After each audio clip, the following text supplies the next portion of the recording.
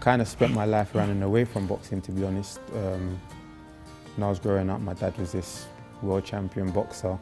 Never wanted anything to do with me. So I always kind of associated boxing with my dad. So it's kind of what made me stay away from boxing so long. First stepped in the gym when I was 21. But always been a good fighter. Growing up in South London, that was quite a hostile environment, a lot of gangs. It was like a self-police community, so you had to know how to defend yourself. No one would defend it for you. You know, it must be weird though. Like, not many fighters come into a gym, you know, there's pictures of like their dad on the wall, you know what I mean? Yeah. It's like it goes. Every gym I go into. Yeah, exactly. It's not like every gym you go into, right. that's how it is. Every gym I go into. Yeah. I once read that you said you're happy how things turned out. What do you mean by that? Basically meaning the things that I've done in life, they've made me who I am. So, and had I been in Brighton or one of these suburban sort of areas, I wouldn't be who I am. So that's what I meant when I said that. Well, how tough was it for you growing up, seeing your father on TV portraying himself as a family man? I'm not going to go into the ins and outs of it. It's just something that I had a chip on my shoulder about growing up, but it is what it is. Did you ever meet him? I met my dad for the first time when I was 15 on a train, believe it or not. Will you talk about that? It's nothing to really talk about. We was on the same carriage, and I was kind of being a bit hostile. He didn't know who I was, had no clue the angle I was coming at him at. It nearly was a sort of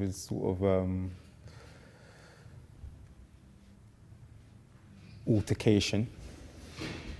But then we had a little chat. He understood who I was, and yeah. Okay, let's go double leg. 9, 8, 7, 6, 5, 4, 3, 2, skip normal. So how long do you two go back? From these amateur days. Okay. From when we had the first few amateur fights. Yeah. Came into the gym. Right. And then, yeah, from there, it just took it on from there. Okay. I was always training pros, but I had to help him out. Right. You know? Did you see something in him? Yeah, the punch. I had a lot of boys and I had MMA boys down there as well. Okay. Well training. And a lot of big boys. Right. And he was putting these big boys over, man, in sparring sessions. Not really the right technique, but sure, putting them over. Yeah, the power was there. Yeah, you can really punch. Well, when people realise who you are and like what division you fight in, a name that always comes to mind is Conor Benn. How appealing would that fight be to you? Obviously, it's an appealing fight because of the history between his dad and my dad. It's something that obviously a lot of people would like to see. Well, the rivalry between your fathers, I mean, it transfixed the nation for years. So what was it like for you being on the outside looking in?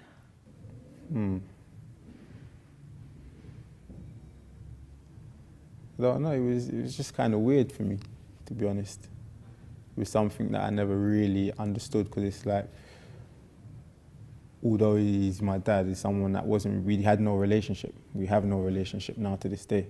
So it was just quite strange. Well, what if you ever bumped into him now? What would you say to him? If I bump into him, I have been bumping into him. Obviously, the boxing scene's small. There's nothing to say. It is what it is. There's no animosity. Does he try to give you advice? No, not as such.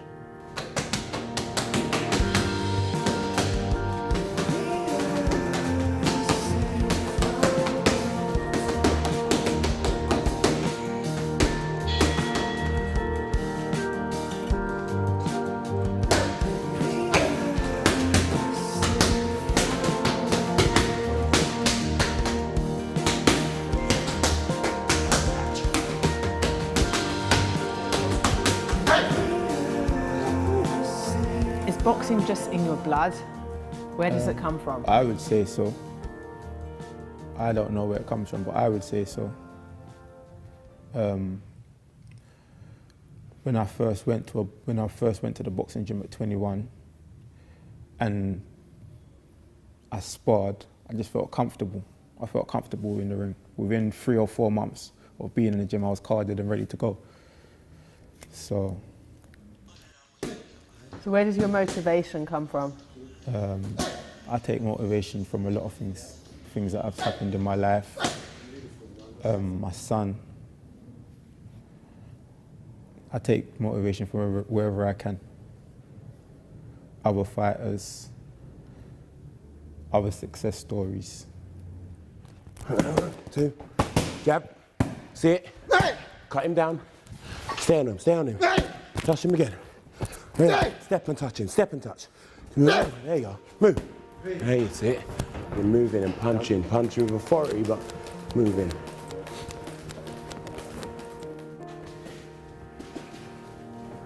Making sure you don't give away no points. So if we land the combination, you hit him, you throw 5 punches, hit him with the 2, 3, don't give him back that point, you know?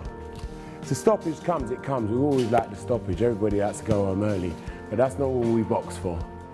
You know? They say you don't get paid for overtime. You don't get paid for overtime, but I like to just box. I like, you know, call me old-fashioned, but I want to see some boxing.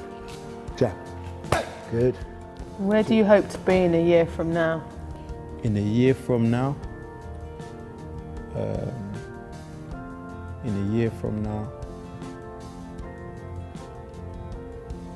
don't know, in 2 years from now, I'd hope to be fighting at British level. So this year we're just taking it slow, stepping stones.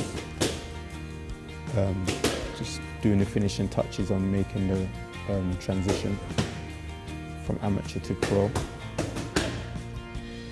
Just got to stay in the gym, stay hungry, stay humble.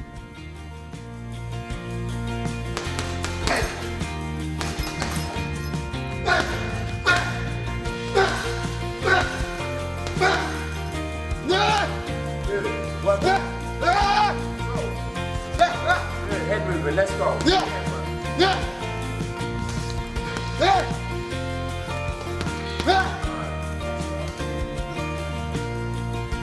Marcus, what are you hoping to see from Banks on the 25th? Let's start.